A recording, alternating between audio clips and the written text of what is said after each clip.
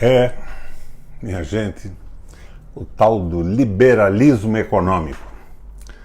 E este aqui é o terceiro capítulo, a terceira live do nosso compromisso de discutir a reforma absurda da Previdência Pública. O texto é elaborado pelo José Carlos de Assis com a minha colaboração e eu vou colocar no ar para debater com vocês isso. O debate pode ser feito fundamentalmente pela participação de vocês no processo de interação com o Face Live.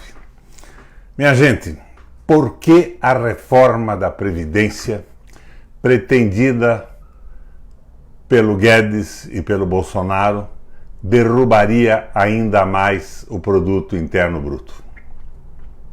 É hipócrita a afirmação do governo Bolsonaro de que a reforma da Previdência, do jeito como Paulo Guedes quer, contribuirá para a retomada da economia e do emprego. Isto não tem um pingo de verdade, nem um pingo de verdade. Só serve para enganar trouxas, entre os quais alguns parlamentares que ocupam cargos de liderança no governo e no Congresso, com dificuldade para discernir entre a farsa e a verdade no que diz respeito à economia. Se fosse aprovado o projeto do Guedes e do Bolsonaro, o Brasil afundaria ainda mais na recessão, com mais queda do produto interno bruto e um desemprego recorde.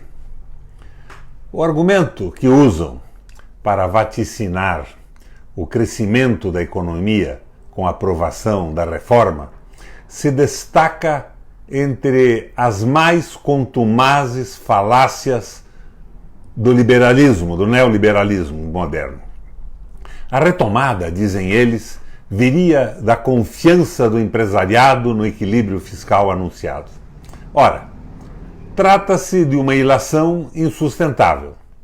Nenhum empresário investe porque o orçamento está equilibrado devido a cortes na demanda. Empresário investe quando há perspectiva de mercado para seus produtos. Não fosse assim, os empresários seriam completos idiotas. Produziria para as prateleiras quando o consumo não está vivo. E com essa reforma da Previdência, o consumo irá despencar. A manipulação do termo confiança é o jogo permanente do mercado financeiro.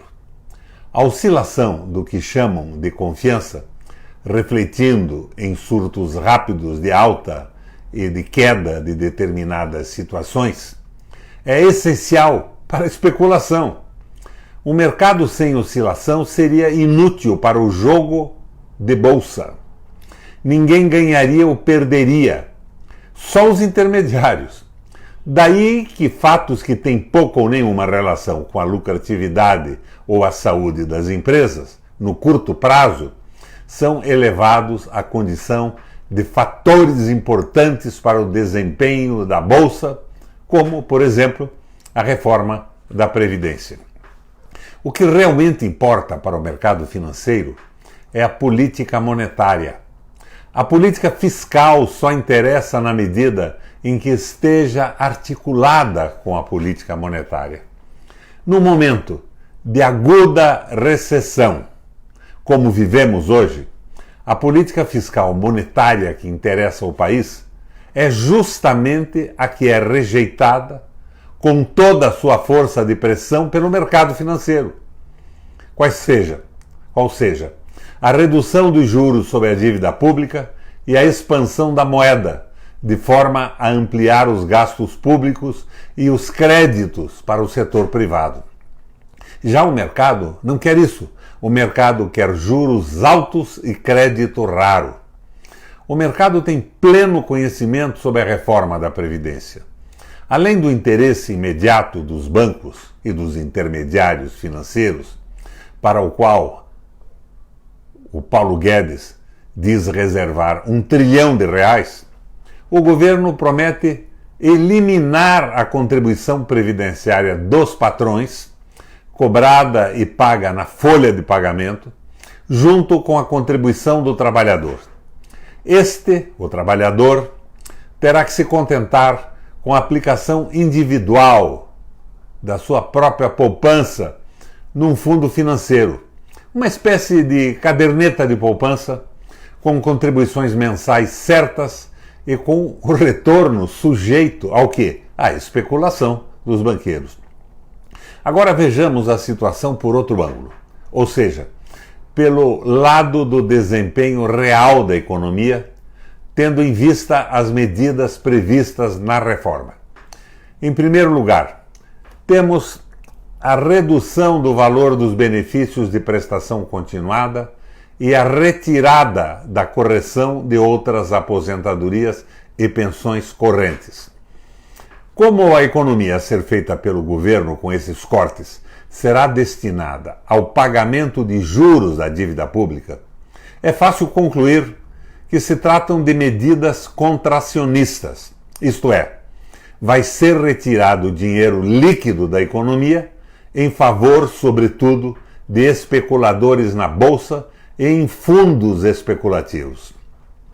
Bem mais impactante, porém, será o regime de capitalização. Essa é a canalice maior. O dinheiro arrecadado dos contribuintes, normalmente, vai para um fundo, de banco, de financeira, uma coisa dessas. Com a aversão a risco, que é a característica do setor financeiro no Brasil, este dinheiro irá parar inicialmente em títulos financeiros e em ações da livre escolha dos seguradores. Isto é injeção na veia da especulação de curto prazo. Será dinheiro arrecadado da classe média e da classe média baixa, dos trabalhadores, para ser incinerado na especulação fora do sistema produtivo, forçando, portanto, a queda do produto interno bruto. Consideremos agora uma visão alternativa, a visão da teoria de finanças funcionais, de Abba Lerner.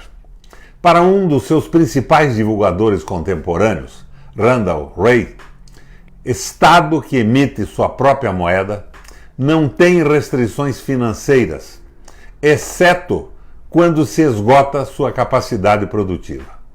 Veja o Japão.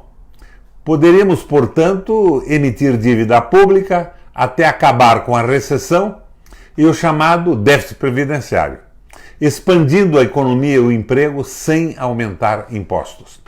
Existe dívida ruim? Sim, existe dívida ruim. É a dívida que se faz para pagar juros extorsivos da dívida pública, sem nenhuma relação com o sistema produtivo. Recentemente, vimos a importante adesão do economista André Lara Rezende a esta teoria. Como ele é um formulador conhecido, talvez nos ajude a sair da enrascada em que a estupidez e o interesse neoliberal nos meteu, criando uma crise fiscal e previdenciária que, a rigor, se deve exclusivamente à recessão. Já a recessão se deve a cortes de gastos públicos na euforia dos ajustes fiscais, desde a Dilma. E, por fim, a restrição a gastos públicos deficitários, de caráter temporário, para reverter a recessão, se deve ao interesse ortodoxo, ao fundamentalismo dos economistas e financistas liberais, segundo os quais o Estado, mesmo em depressão, não pode gastar em serviços públicos e investimentos mais do que arrecada.